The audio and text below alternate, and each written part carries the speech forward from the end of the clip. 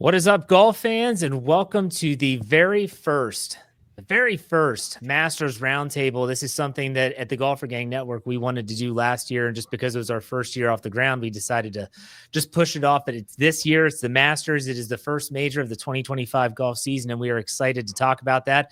We have a lot of people joining us. I'm Jeff Hartman, the network director here at the Golfer Gang Network, and also the host of the Fairways Dreams podcast. I want to go around the table, the virtual table here, to give everyone an opportunity to introduce themselves and what they do for the Golfer Gang Network. Let's start with Pat at the podcast. What's up, Pat? Hey, what's up? So I'm Pat Sheridan. I'm also affectionately known as the Putting Penguin. I am the odd man out here because I run in the world of competitive mini golf. So big golf's a little bit different for me. Our podcast, the Puttcast, we cover everything competitive and recreational in the sport of mini golf. So I'm happy to join the big boys tonight. Love it. Let's go to Andrew, Mr. Mallard. Yes, Andrew LeDuc here. You can find me on all the socials, basically as Mr. Mallard. I am a co-host of the Divots and Pivots podcast with Bud. You'll get to him later. We just love to talk golf, and we keep it chill and basically talk about whatever comes to our mind. We get off the rails quite a bit, so check us out sometime. You're not alone. Let's go to Joe from Four Dudes in One Cart. Joe Sherritt, Four Dudes, One Cart, pretty much the same as Andrew. It's just a group of four guys that we've known each other since we were very early in our tweens. We've grown up together, and now we kind of just like rip on each other like in a golf setting in our podcast. So we have a nice riff brewing. We have a 3v1. Everybody's on Scotty, and I'm on Rory. So that's been an uphill battle for me to fight the last year. But yeah, I think we're starting to read between the tea leaves over on the Four Dudes One Cart podcast. But yeah, come over, hang out, and have some fun. Love it. Let's go to Big Drive Energy. Mitch, he's here. What's up, Mitch? What's going on, guys? I'm Mitch with Big Drive Energy. It's ironic because I only hit it about 260, but my brother's our co-host, and he hits it probably about 290, 300 on a decent day, depending on how many drinks he's had. So we just like to bullshit about golf. We're two former golf pros, played mini tours, worked in shops all over the place. So we just talk golf kind of across the board and have a blast doing it. All right, let's go to Mike from the Break 80 podcast. What's up, Mike? Hey, I'm one of the three Break 80 guys. I have no idea what the other clowns are doing tonight. They couldn't make it, but I'll hold it down for the rest of us here in Minnesota. Excited to be here. Love it. Let's go to Joe, the Golf Jitsu podcast. What's up, Joe? Hey, what's up? So Joe Fazio for the Golf Jitsu podcast. It's myself and John DeBruge, who's a former MMA fighter. So we kind of mix our two passions, which are Brazilian Jiu-Jitsu and golf. So I'm not as technical into the stats and everything like you guys, because honestly, I'm more of a live guy. I enjoy live better. I know. Sorry. I like to live. The PGA is boring as crap, but we've got the Masters, so that's all that counts.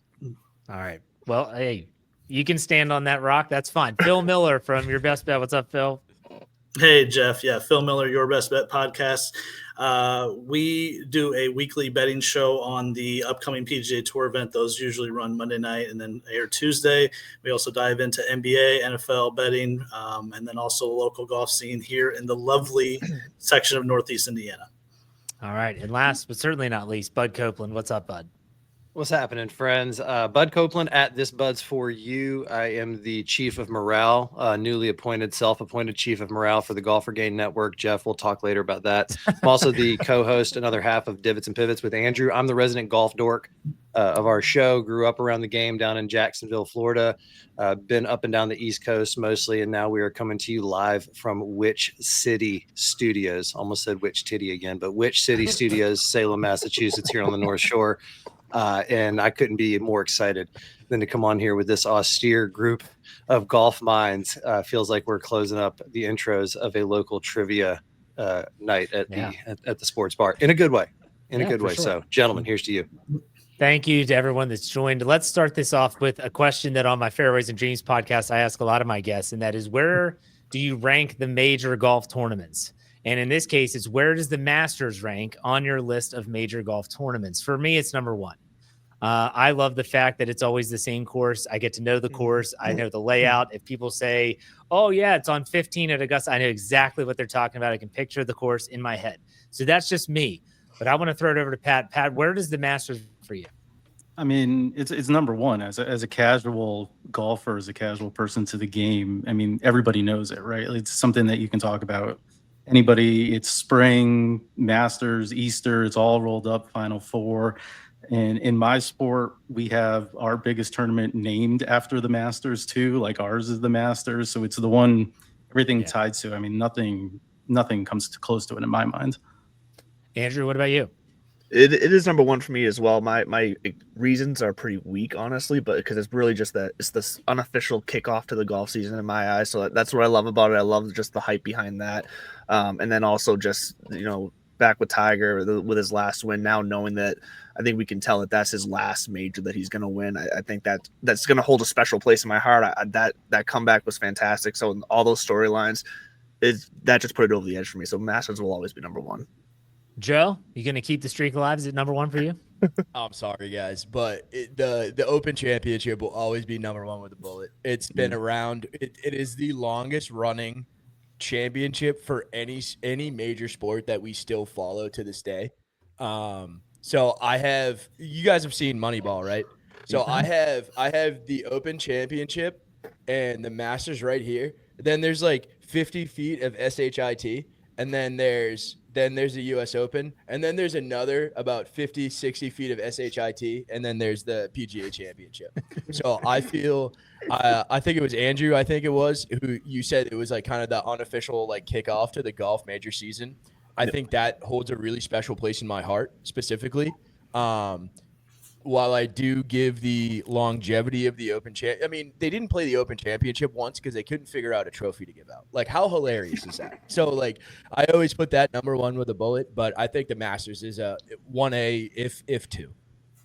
Does anyone know when they stopped calling it the British Open, by the way? Like, when did that happen? I feel like it just changed overnight. Instead of sudden, you said the Open changed. Like, he's talking the U.S. Open. He's talking about the British Open. You're talking about the British Open. That's fine. It wasn't terribly long ago. It's a U.S. term for it. It's always been the Open Championship. Yeah, it was more recent than you would think, I feel like. Well, I live feel in the like it's United always been the States, Open Mike. Championship, I but live just in the not United over States, Mike. Okay. So. All right, Mitch, what about you? Where was the Masters rank? Yeah, I got to go number 2. I'm a huge Open Championship fan as well. I actually went and played the original home of the Open Championship in Scotland. I played a week of links golf over there, and it like changed my life.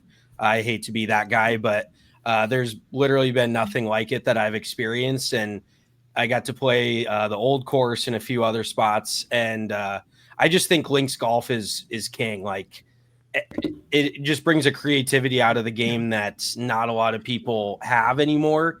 In the day and age of dudes hitting at 330 and flipping wedges in there, like you got guys chipping with 9 irons and 7 irons, and I'm not that old man, like get off my lawn, like you should bump and run everything. But I just think that it brings in a creativity where you can't just flip a lob wedge into every single par 4, and it is golf in its purest form, in my opinion. So, but the Masters is a very close second, just the tradition of Augusta and what surrounds it, but I gotta go Open Championship first. Andrew, did you want to chime in on something quick? Yeah, the intern got to work and did a quick Google search. It's always been the Open Championship. It's never officially been the British Open. We all have always just called it that for too long, basically. I thought this was a soccer football situation, but I guess not. Well, it's always the British Open to me. I don't care what you say, Andrew. Tell your intern to go kick rocks. Mike, what do you think? I'm going to keep the Open Championship streak going here because, I think just what Mitch said. Once you've played over there, you see it in a whole different light. It's the greatest type of golf on earth. I also love the fact that weather becomes an issue. Brian Hartman. There's a little bit luck involved there. The side of the draw you got to play crazy shots. Tiger will shoot 81 like he did at Birkdale in his prime because it's crazy weather.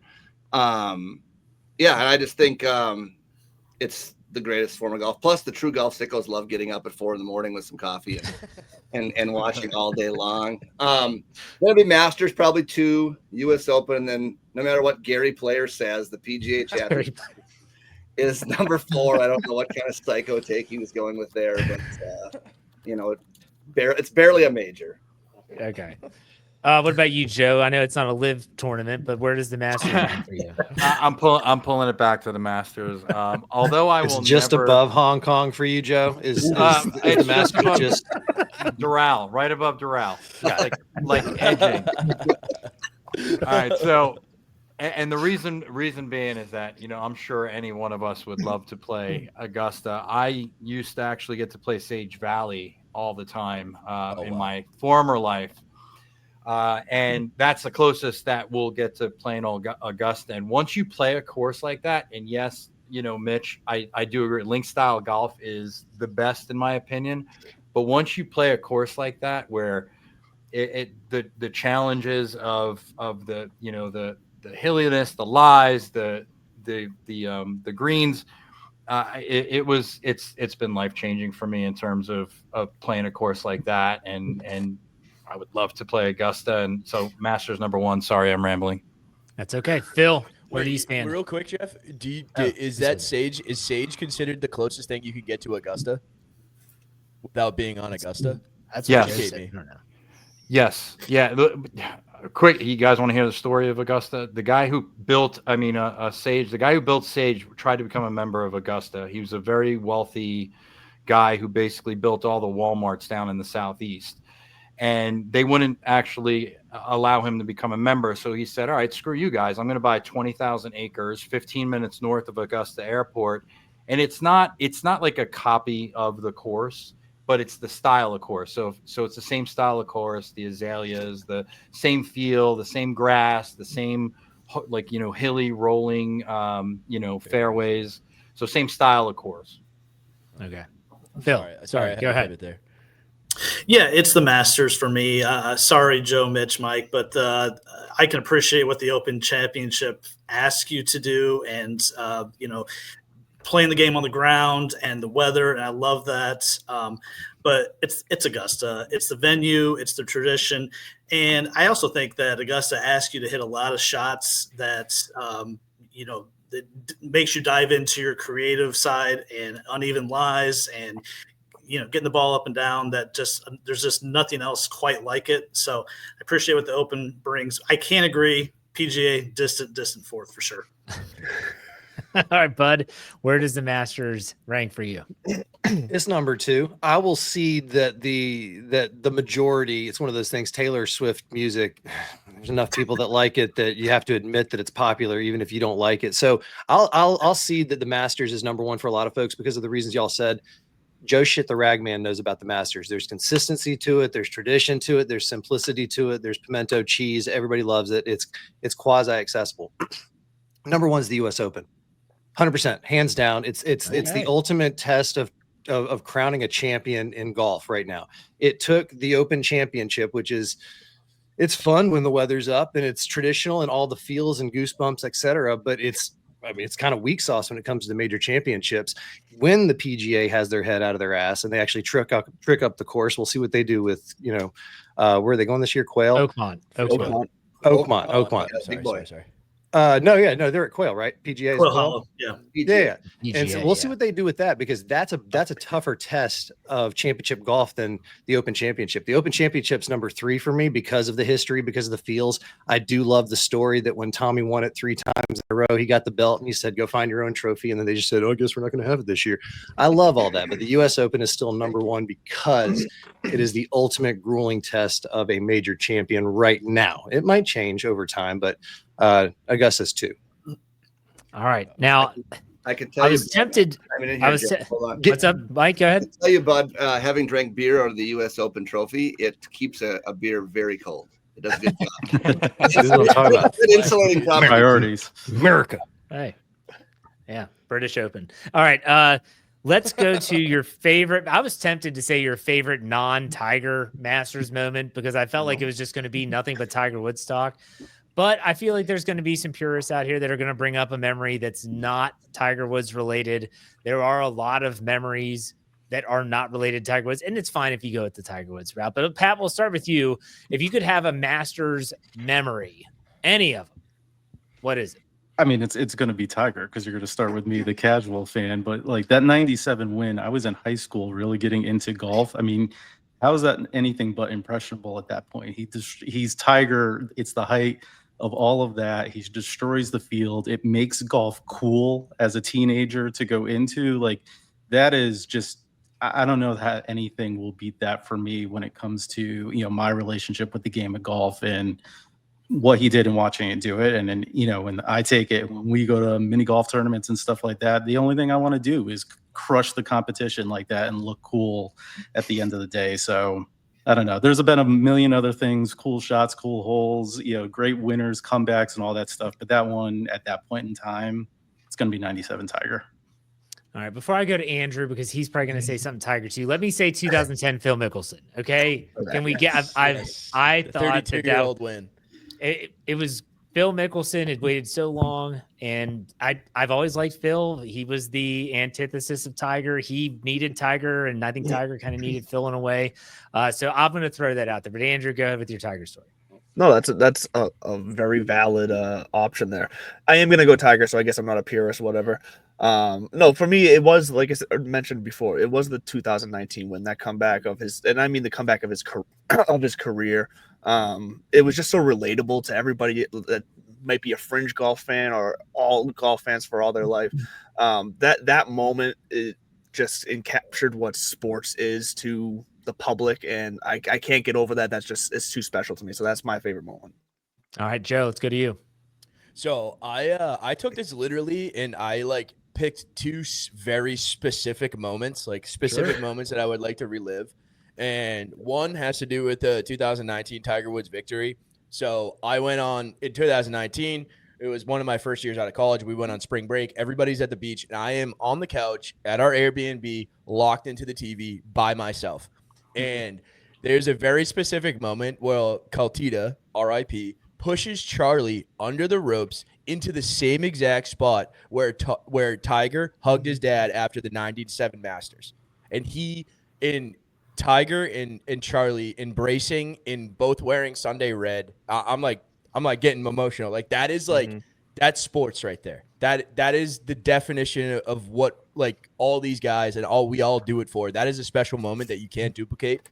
And then a little lighter of a note, but my other specific moment is the Bubba off the chips in 2012. He hits a 50-degree duck hook to 10 feet and dumps it in for birdie. Are you kidding me? You think he's out of the tournaments being on the chips, and he hits one shot. If you watch the shot track from that, it's almost a 90-degree angle from where he is aiming that shot to where it lands on the green. So those are my two moments. Tiger hugging Charlie in that same spot that he hugged Earl 20 years earlier, and the second one would be that Bubba wedge out of the woods to on the green, and then he dumps it in to win that tournament. So those are my two moments for the Masters. Joe, I love the fact that you went specific moments. There's nothing wrong with that. That's a very good answer. Let's go to you, Mitch. What's up? Well, I was going to say the 2010 Masters with Phil Mickelson out of the pine straw. Yes. That's obviously pretty chalky. Kind of defined Phil's career. He's just going to hit the shot no matter what. But two more lighthearted moments that aren't really that memorable, but I thought were great, was Tony Finau popping his ankle out after making that hole-in-one on the par 3 contest. Just the most insane shit, where he's sprinting and all of a sudden his ankle bone is jetting out of his shoe. I was like, what is going on, dude? He's insane. And then Bryson saying that Augusta's a par 67 and proceeding to get wrecked by the golf course and truly just getting humbled by Augusta. And honestly, you can tell now that Bryson's got a respect for that golf course, and that's why I think he can actually win there now. But you don't roll into Augusta saying that this is your local pitch and putt. The golf course will do some stuff to you if you go there with it. So non-consensual. Exactly. All right, let's go to Mike. What's up, Mike? What are you thinking? Well, 97 Tiger is what basically got me interested in golf. But I do have one specific moment that I love. Hole 12, 2016, being the anti-Spieth guy that I am on our podcast, I just loved watching the Golden Boy just absolutely collapse on the 12th hole. Head in his hands, down on his knees after just dunking one in the water. Love it. Michael. Yeah, playing growler, of course, always. Oh, I love that. That's so good. What about you, Joe? Everybody said what I wanted to say. I'm not really. I'd say the 2019 when Tiger won. That was pretty emotional. I've in the last year I haven't watched that much golf, to be honest with you. So yeah, I'll pass on that one. So yeah, Okay. 2019 Tiger. That's fine. Phil. Yeah, it's 2019 Masters for me. Of course, I was watching with my 7-year-old, and it was him getting into sports and him watching the whole round with me, and that moment with Charlie off the green, full circle from 97 with his dad. Specifically, best moment, favorite moment of all time, 05 Masters 16, Tiger chipping in, of course, was just I was in college. My dorm erupted. So that specific moment for me. Also, Mike, I recorded with my buddy over the winter. Check it on my feed. The Rise and Fall of Jordan Spieth, a 3-hour epic podcast on. Hell yeah, I will listen for and sure. I did 40 minutes on my own of 2016 Masters Spieth, specifically the 12th hole. Go check that out, please. Did you? So one of spend the any better time golf on- podcasts I've ever listened to. That was Did you good. spend time on Under Armour not changing a single thing with their clothing for him in like a dozen years? I didn't go down that rabbit hole quite yet, but that's another episode, I think. It's like Nike putting the discount rack on Finau every Sunday.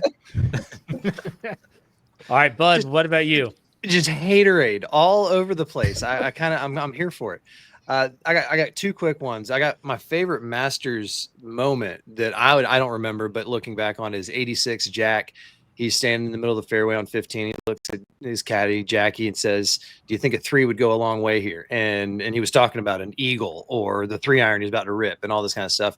And then he goes on and he does, what he does in 86. But personally, the one that, my favorite Masters moment that I've experienced, it is Tiger Woods.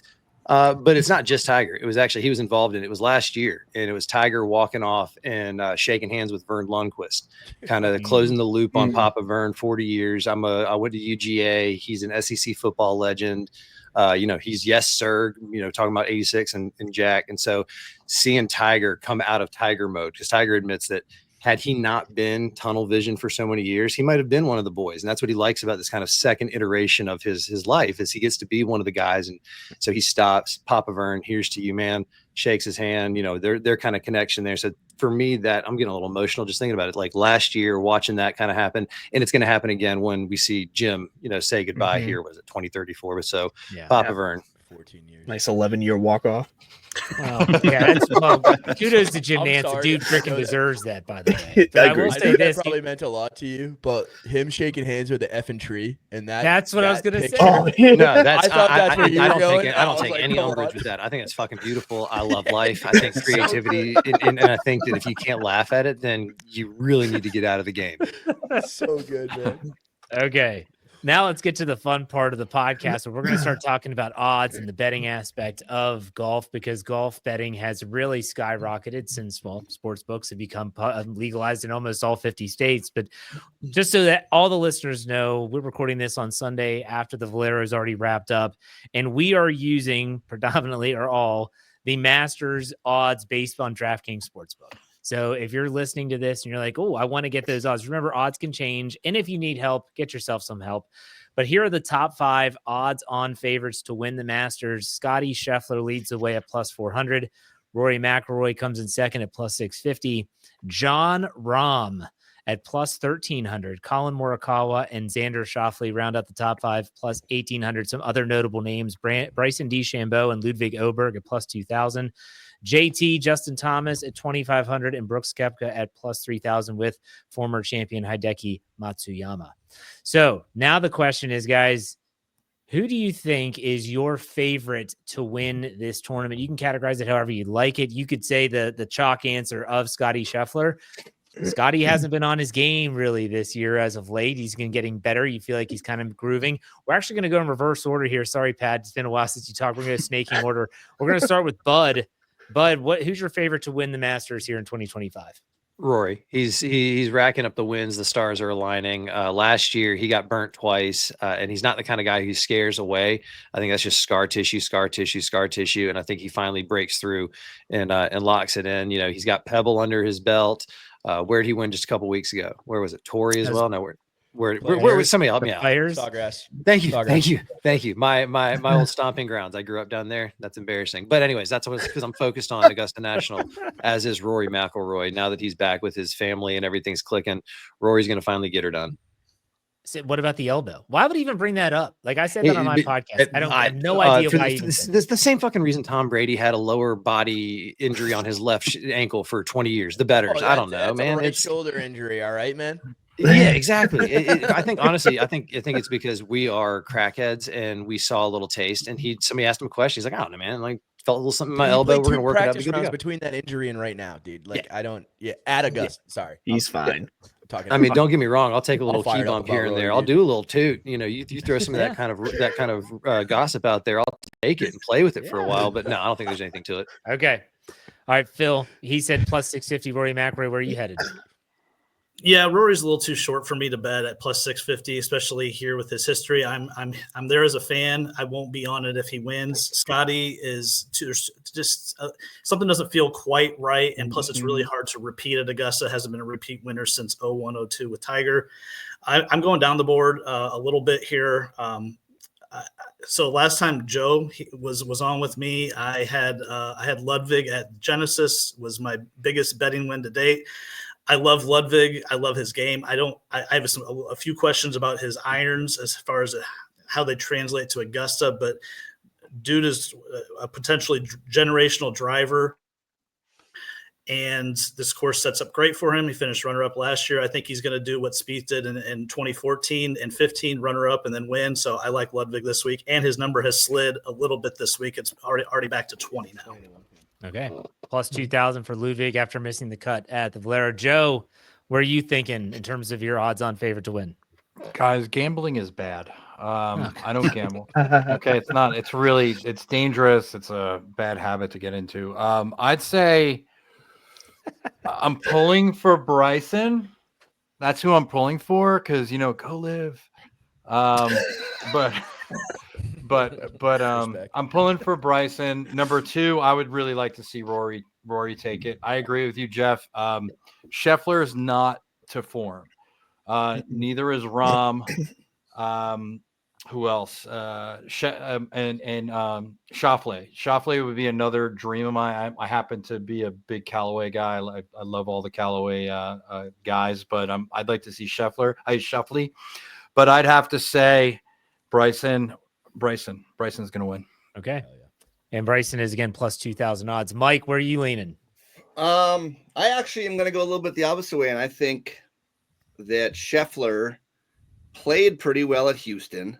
Yes. Better. For me, it's more course fit. You don't hit it at every flag stick here. You got to play smart. You hit it to spots. Putting isn't as important because almost nobody makes putts there. Other than, if you look at most winners, it's not like all the greatest putters in the world are winning at Augusta, other than maybe Ben Crenshaw. And his short game is superior to everybody else's. If he misses a green, he's the best there. So I guess he'd be the straight chalk pick for me. But I'm a huge Rory guy. Rory's my guy. And I think Scotty's play has elevated Rory's play.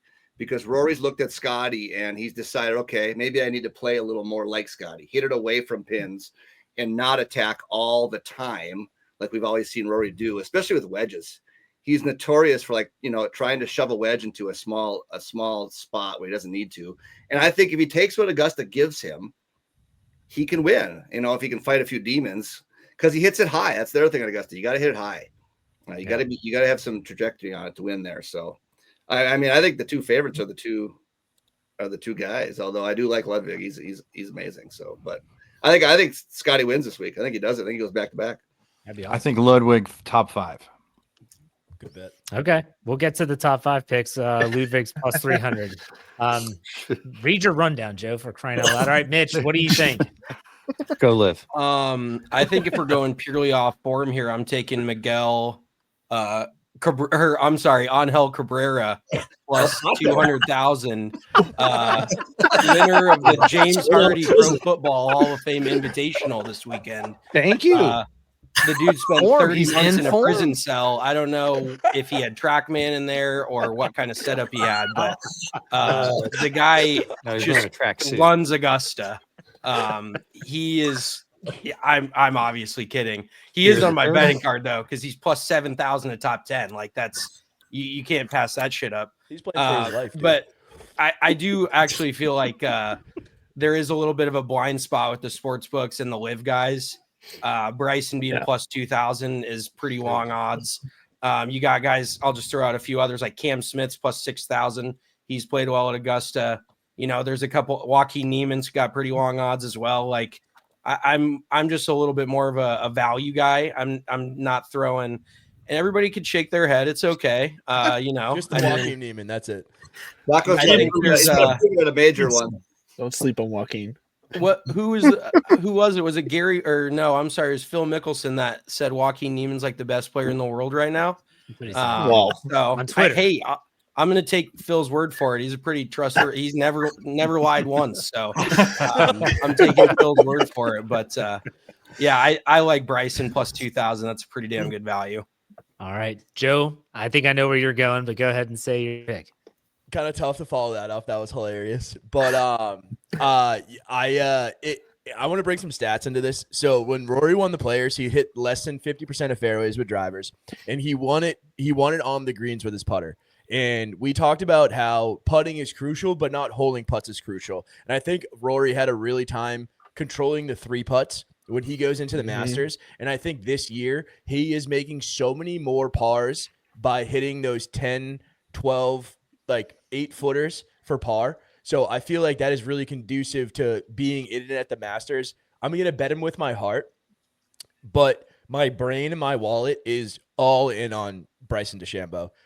Like Mitch said, they are so undervalued, these live guys. And my biggest, like Mitch said with his Ludwig pick, my biggest hit to date was Brooks at the 2023 PGA. So I bet him at the Masters. He blew up on the first hole.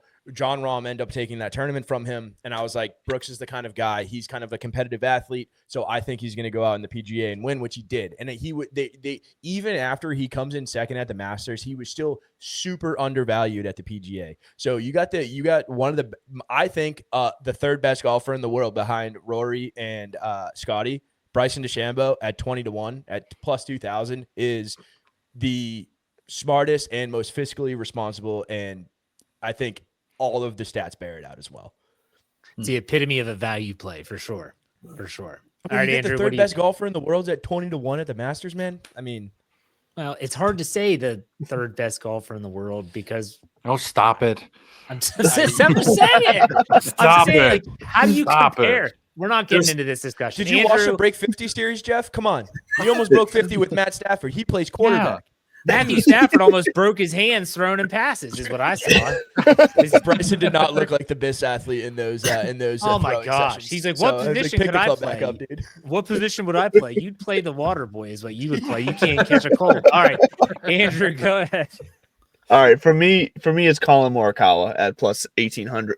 I like Morikawa. He in my model, he just numbers wise stands so far above the rest when it comes to the key stats. I'm glad that someone mentioned that, because for once I always keep strokes gained putting in my model. I took it out this week and did 3-putt avoidance instead, because like you just said, Joe, like it's not about hitting the birdies, it's about not screwing up and making a mistake. So he ranks 5th in that. He's 3rd in approach, he's 1st in fairways gained, 2nd in greens and regulation, and 6th in par 5s. So Colin Morikawa for me, top 10 in all those, like that's, if you want to talk about safe bet, to me, that's a safe bet. And plus 1,800 is not that bad of odds for a quote unquote safe bet. Multiple wager. I like that. Yeah, absolutely. Pat, what are you thinking? I almost went Morikawa because, putting is near and dear to my heart, and it is more than just sinking the putts. It's controlling and understanding and putting yourself in position on the greens. But I went with my heart. I went with Rory. As a lifelong Red Sox fan, I know the joy of them getting over a hump. So that's where I'm going. I'm betting there because I want to feel happy when he wins by putting more money in my bank account. If I had to say, like, the favorite, I think is still, and Mike kind of alluded to this earlier, is Scotty Scheffler. And I think his game is starting to kind of, he's starting to get himself back, and people forget about how he started the year with the hand injury and all that stuff. And I think that we've seen a little bit of a different Scotty. I'm not sure if I like this draw Scotty, this trying to move the ball right to left more than he did. But he always just played that nice little cut and just real controlled. I don't know if that's for Augusta or not, and if he's been toying with some stuff, but I like Jeff, Scotty. we all go through phases. I had an earring that I got in Panama City in 2001, the cartilage too. She was hot though. She convinced me to do it. I took it out 3 days later, but it's just a phase. I'm with you. It scares me a little bit, but he'll be back. I think so. All right. Now I want to talk. We talked value play. Like Joe's talking about plus 2,000 odds with Bryson. I'm talking about let's go long odds. Let's see. Go deep into and Mitch kind of teased this with Angel Cabrera at what is it, plus 7 million or something? 200,000, I think it was. Straight from the jail cell. He pulls a Scotty and wins the tournament. But anyways, let's go long odds here. Pat, I'm going to start with you. You dive deep into this DraftKings Sportsbook and tell me who you got. Well, I don't know how long it went, but I went Will Zalatoris at plus 5,500. I just like watching him play. Like, again, I'm kind of casual. I watch him, whenever he's on the screen. I don't know. I looked at that and said, all right, I'll throw some money there. I really no other reasoning behind it whatsoever. Okay. Hell yeah. All right, Andrew. So my guy for the long odds is Cameron Young at plus 20,000. For multiple reasons, I like the way he ranked up 15th in my model, but also if you're playing just DraftKings, the Millionaire Maker or whatever, he's 0.9% projected ownership. Wow. He should be a top 20 finisher at least. So I mean, that's a guy that I would take a chance on betting to win as a long shot. Huge personality too. Cam Young. A lot of wins under his belt too. Yeah. Let's go to Joe. What are you thinking, Joe? Long shot. So I've been on this guy on my pod 4 dudes, and he's not the traditional like winner on PGA Tour, but he's a guy that I think as soon as he starts punching through majors, he's going to explode more than he actually has. But I honestly think Tom Kim has a shot to win this Masters. That's a guy who is an excellent iron player. He puts his irons exactly where he needs to. He's a short guy off the tee, but I think his long irons are the strongest part of his game. And I think that we were talking about maybe not a guy that holds a bunch of putts, but a guy that is very clinical on the greens. So give me Tom Kim at plus 9,000. Okay. Like it. Mitch, are you sticking with your Cabrera at plus 200,000? Or you go one else? guy a little less long of odds is Akshay Bhatia. I think he's very capable of winning on a big stage at some point. He's only 23, 24 years old, maybe even 22. I'm not sure. 22. Yeah. You talking about his poundage? I watched him live last year and he turned sideways and he disappeared. I was like, where'd he go? Pretty thin dude, but a left-handed fader, the golf ball is traditionally done pretty well at Augusta. And I just think the guy's got it in him. He's won a few times, kind of got his feet under him on tour. And I mean, a plus 6,000, that's a pretty good value. Landed his fiance on Instagram by sliding in her DMs when he was on the Corn Ferry Tour, where he used to have to rent a U-Haul because he was too young to actually rent a rental car. Back to you in the studio, And Jeff. then she caddied for him when he won and got It's love. his PGA Tour card. Joe, Yes. we're talking about the ultimate love story in golf. This is like a real live Bagger Vance scenario. Exactly. The legend of Akshay Vance, dude. All right, Mike, go ahead. Yeah, I got a couple. 2 playoff Pats, Zalatoris move. I think that's a good one. He's second T6 and T9 his last 3 Masters. And he's he plays well in a big game in big events. He hasn't missed a cut this year coming back from injury, so I think he'll be okay. I like Shane Lowry for whatever reason. I don't really have a data to back it up. I just think he's kind of ready. And one guy that I do think is kind of sneaky at plus 7,000 is Corey Connors. He's top 10 there 3 of the last 5 years. He's a great ball striker. Doesn't putt great, but again, you don't necessarily need to at Augusta. It's a kind of a leg putting competition. So I think Corey Connors could do something this week. All right. Oh, I've got absolutely no data to back up these That's okay. claims that I'm going to make, but Phil Mickelson, because I like him. Playing plus well. 1,400. Playing well. Oh, is that good? Very long odds. Okay. Is it this like kind of like fantasy football is what we're doing right here? I don't play fantasy football. And Freddie Couples because he's smooth. Is Freddie in the field? He is. I Former think so. champ, and I I know like the that former Freddie champ. call. Yes. Oh Jim yeah, Knapp Sr.? he's there with Cabrera Yeah. in terms of odds. But Can I say that's Jack fine. Nicholas? No. Can I say that? No. Well, If he does hits get an somebody, honorary tee title. somebody off the first tee on Thursday or what? I mean, technically, he'll be leading at some point, right? Like, I mean, Yeah, actually, once he gets through one at even par, you might have to cash out. Yeah. There you go. Phil? Yeah, I got a couple. I'll echo Zalatoris. Probably more of a top 10 play. Great course history. I think Mike mentioned that. His iron seems to be back this year, and he was in the hunt at the Players until he went like 9 over on 4 holes on the third round. Second, not the most exciting guy in the world, not the most exciting player in the world, but this guy is just really, really good at golf. It's Russ Henley at 55-1. Won the API. He's one of the better iron players on tour.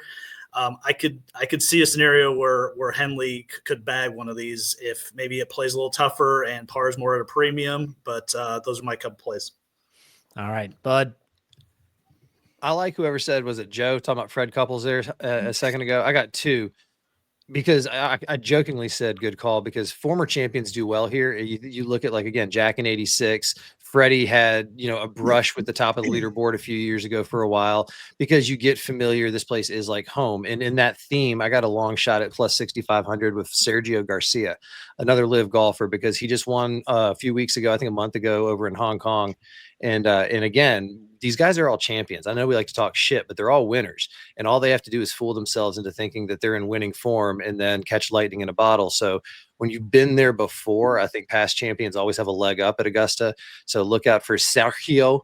El Nino might be, blowing strong through the southeast, but another one to look out for at plus 20 grand, 20 G, Nikolai Højgaard. Nikolai Højgaard, a year ago, people might forget, Saturday, he birdies number 10 on Saturday to go 7 under and take the lead.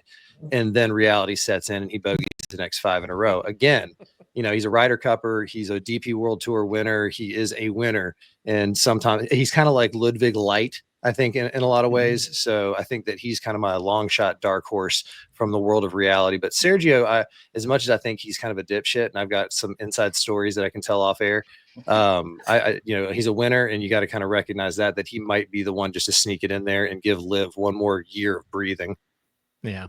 I'm sorry, Joe. But I'm going to go Wyndham Clark plus 8,000. I think there's something about Wyndham Clark in terms of he's been very streaky at times, but he is capable. And then I got to throw this out there. Jason Day plus 7,500. How cool would it be to see him wearing a sweatsuit and putting a green jacket on cool. Sunday? Like, just give me the Malbon gear. Go ahead, Mike. What do you want to say? We got Wyndham's caddy coming on the pod from Augusta Wednesday night. If you want some insight. Let's go, dude. Yeah, that's who I drank beer out of the U.S. Open Trophy with, was Wyndham's caddy. Oh, that's cool. That's good shit. He lives here in Minnesota. But he'll be on Wednesday night to give everybody the lowdown on what's going on around Augusta. Love it. Love it. So yeah, hey, Wyndham Clark, maybe, you never know. Jeff, real quick before we get off the odds here, but you brought up something that was really funny, and I don't know why it triggered in my mind. The former champion thing, I think, is such a thing that I don't want to say a lot of people, but a lot of bettors are missing. Because do you remember was it 2022 or 2023, Phil coming off the heels of his PGA victory, carded was it a T2 at the Masters? Yep. So I think that, I don't know, Jeff, I'm probably stepping all over everything, but that's like the direction that I'm going in with like these finishes is like, I think you just have to take stalwarts, top 5, top 10. Like the guys have been there, even if they're 48, 49, 50 years old. I don't think that really matters in this tournament. All right, so here's what we're going to do next. If you have a top 5, top 10, or top 20 pick, which you don't have to have those. If you're like, Joe, you're not a gambler, so this is fine. Just put your hand up and we'll let you go with what your play is, and then we'll talk about final storylines heading into the tournament. Joe, let's start with you and what you like. What are you doing, top 5, top 10, or top 20? So I want to talk about a top 5 finish, and it's a guy who's been playing well and a guy who's been breaking out. He's at plus 600 right now, so 6-1. I really think Min-Woo Lee is going to sneak in a top 10 this week. He drives the ball really well. He's they call him Chef Min-Woo. They let him cook around the greens, and I think that we've been talking about, he doesn't hold a bunch of putts, but he's a great short game player, and I think that's really going to play well into this weekend. So give me Min-Woo top 10. Okay.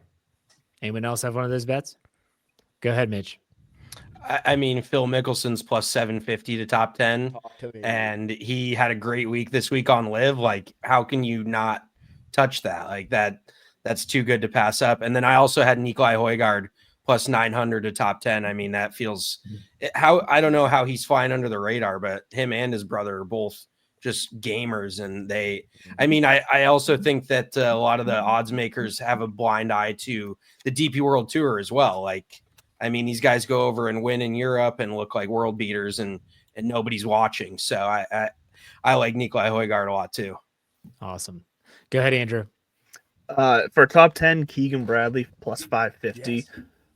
Loving the way he's playing. He is carrying that Ryder Cup captaincy. Like, that flag is raised high for him. And the stash, it looks awful on him, but it's given him a type of mojo we haven't seen him have before. So give me Keegan Bradley for top 10, 550. Okay. Let's go to Phil. Criminally underpriced Mav McNeely, who is now the 10th ranked player in the world. He is 140 to 1 to win this tournament, but plus 750 for a top 10. I like Mav. He just finished third this week. He's motivated to be on the Ryder Cup team more than anything. So I really like him as far as the major season goes. He's become a very serious golfer. Yeah. Anyone else? All right, let's finish this thing up. Oh, what up, Mitch? I just wanted to say this has got me motivated to bet the entire board. I literally want to take everybody now. There's not take one my dude- money. DraftKings, just take my money. I mean, this between the stock market, DraftKings, just wreck me. Way safer please. bet This- here. You this just is have to gonna hit be one. The You great guys need help. reckoning is going to be at Augusta on Sunday afternoon. All right. So Jeff, can I sneak a quick question here? And it was for Yeah. Mitch. Do you think the betting sites going to more algorithm-based odds is affecting the Live and the DP World Tour odds on the tour? Yeah, Absolutely. for sure. I mean, it can only make sense, and just like they're just not as popular of names. Like you get your run-of-the-mill weekend better. He wants to pick guys that he recognizes, and He has no idea who Nikolai Højgaard is. Yeah, exactly. Yeah. So I think they definitely are just going like, I mean, Rory is odds on favorite every year. And I'm sorry, I love Rory too, but when's the last time he's won it? Never. Like No. it's just, I don't know. Like we were I saying definitely before, the two think best golfers there's- in the world being 10-2 to win this tournament. It's just like there's nothing you can't really shake loose there. Yeah, exactly. Nobody's taking Homa. Come on, guys. It's in great form. Hey, he canned his caddy and he played so much better. Wait, If Wait, we get find away. out that Max Homa shows up with a if Homa shows up with a local caddy, if you see a local Augusta National caddy on the bag, fucking bet the house. All right, so here's how I want to do this final run through here. I'm gonna give you an opportunity to give your final thoughts or storylines that you're going to be tracking heading into the Masters, and then I also want you to kind of close out your part of the show. So say again where you can find your podcasts, social media handles, when you drop your podcast, all that fun stuff. Do that, and then we'll wrap it all up afterwards. We're going to start with you, Pat.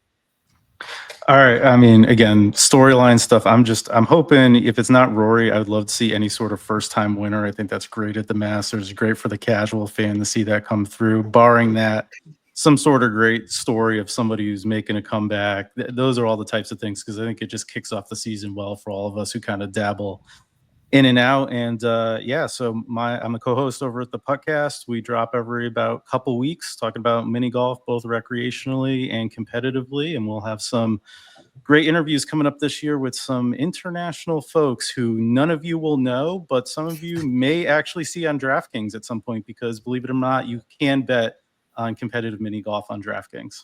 What? Nice. Whoa. That's awesome. Yeah, Oh. that's pretty cool.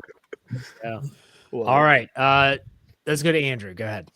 Yeah, so the storyline I want to see is I want to see if Joaquin Niemann can carry the year of success he's had into the Masters, because I think it speaks to a bigger story here. If he makes the cut and like does all right, like I don't think it matters. But if he gets blown out and really struggles, misses the cut by a lot, I think we're talking about a bigger story here, because he's someone who has had so much success on Live, so much success this past year on the international tour, and then to show up in the Masters and just fall flat, I think would be an underlying story. So I want to see how Joaquin Niemann does.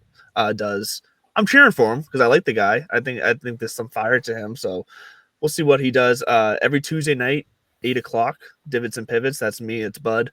We're on YouTube as well, so you can see our weird looking faces, as well as hearing us every Wednesday at 8. Okay, fine. My weird looking face. Don't give me that look. Divots and Pivots though every Tuesday night at 8. All right, Joe, 4 Ds, 1 cart. Go ahead. All right, full disclosure, I am wearing my Rory McIlroy tidy whities right now, but I want to see a Rory jacket. Obviously, I want to see him complete the Grand Slam, but not to be too picky, I want him to overtake a top player in the world. I want him to play well on Sunday, and I want him to play well down the stretch and take over somebody. All of his major wins have been blowing the field out. He won Kiowa by 10 strokes. He won his U.S. Open by 6 or 7 strokes. So I want to see Rory come from behind, stick his foot in the ground, make 5, 6, 7 putters for par, and put the tournament away while he comes from behind to win it. 4 Dudes, 1 Cart. We come out every Thursday, 6 a.m. We drop every Thursday. Not much else besides that. Find us on Instagram, Twitter, wherever you can find a podcast. All right, Mitch, go ahead.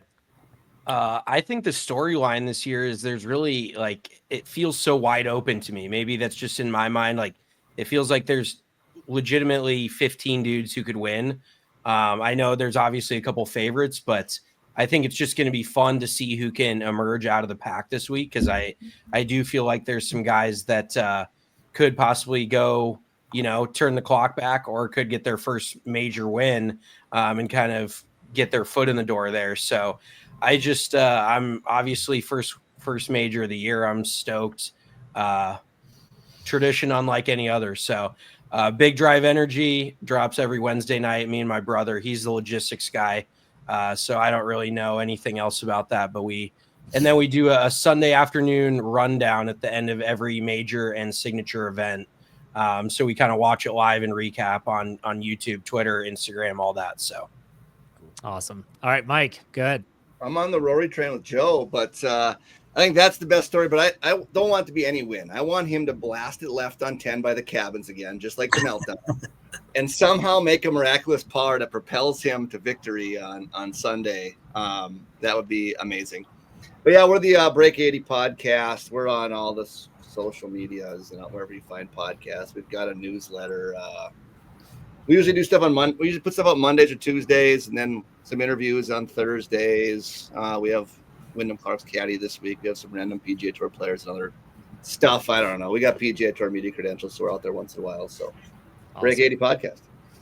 All right, Joe, Golf Jitsu, go ahead. I'd like to see Bryson or Rory, win on Sunday.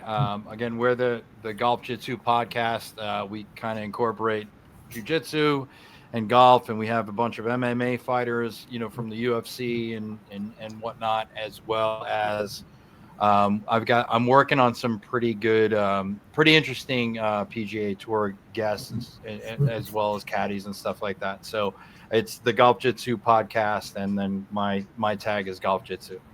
Love it, Phil. Yeah, I mean, this is the Rory. His best chance. I mean, statistically, he's playing the best golf he has in his life. It's the best start to any season he's ever had.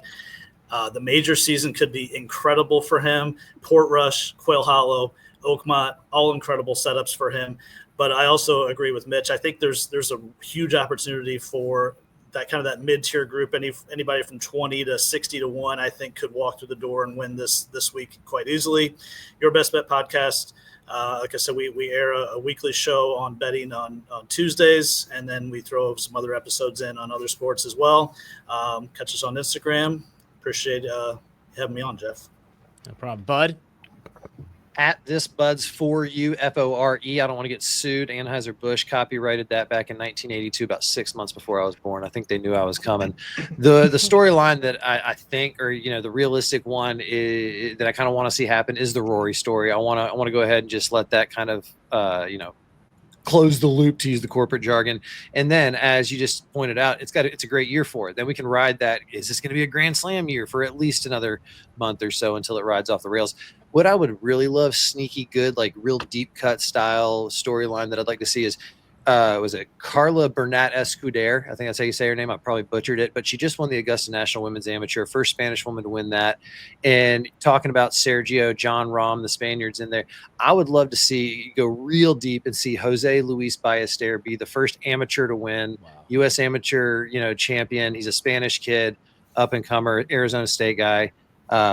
That's what I would think would be kind of cool, even though it would all be Spaniards and we would have to sit there and listen to all that beautiful accents and bullshit forever. And they're already good looking, et cetera, et cetera. But I think that would be a cool storyline just to kind of, write another chapter in honor of Seve and Jose Maria. Is it Olazabal or Olazabal? We grew up with Olazabal, but it's like recently it's Olazabal. It's like a Ibiza. Ibiza. Barcelona. Basque region of Spain. It's the northern Spain. They say the TH. Barcelona, but yeah. Rory, Team Rory, back to you in the studio, Jeff. It's the British Open. But anyways, I'm going to finish this up by saying that there's something about the Masters, and maybe it's growing up and seeing all these things about 1986, Jack. It's like the 2019 Tiger Woods story, which you all saw. It's like one final moment in the sun. It kind of reminds me of the movie For Love of the Game with Billy Chappell. And it's just one more time to enjoy it. And so I will be watching, and no other tournament does this for me like the Masters. I want to see if there's a guy that's done it before and is going for one final push. Maybe someone like an Adam Scott. Okay. Like he's not playing horrible golf, but could he maybe find the magic? If Phil Mickelson did something, I'd be out of this world. Like that would be Patrick incredible. Reed. Cool. Oh, sorry. Don't say that, bud. Take that back in the world. But still, like even a Bubba Watson, if he somehow, some way found some magic, I'm going to be pulling for those guys. As much as I love the young amateurs playing well, there's something about seeing these guys. I'm a huge Fred Couples fan, and when he was in the final grouping on the weekend a few years ago, it was magical. And even though it didn't last, we knew it wasn't going to because his back can't hold up. It was magical. There's something magical about the Masters. So those are the storylines I'm always looking forward to. But I thank everyone that's on this panel. This is the very first roundtable. I thought a lot of fun, guys. I do appreciate all of your time. Make sure you check us out. And if you don't remember what they're talking about, go to golfergang.com. That's a one-stop shop, a good landing page for all these podcasts. You can find those feeds, find those links. Again, golfergang.com. I'm Jeff Hartman for all the others. Thank you all for tuning in. We'll see you for the next major. Take it easy.